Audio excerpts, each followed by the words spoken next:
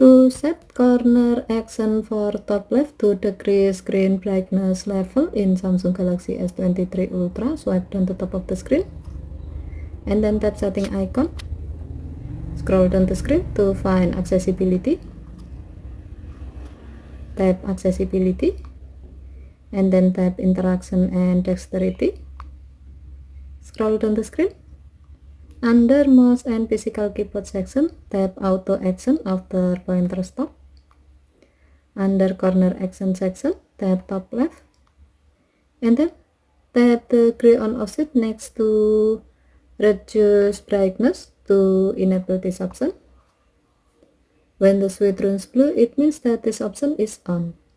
To see the result while auto click feature is on, connect a USB or Bluetooth mouse with your phone.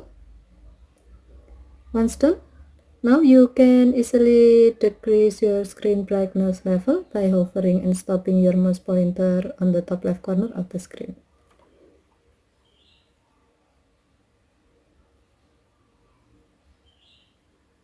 Okay, thank you for watching. Have a nice day.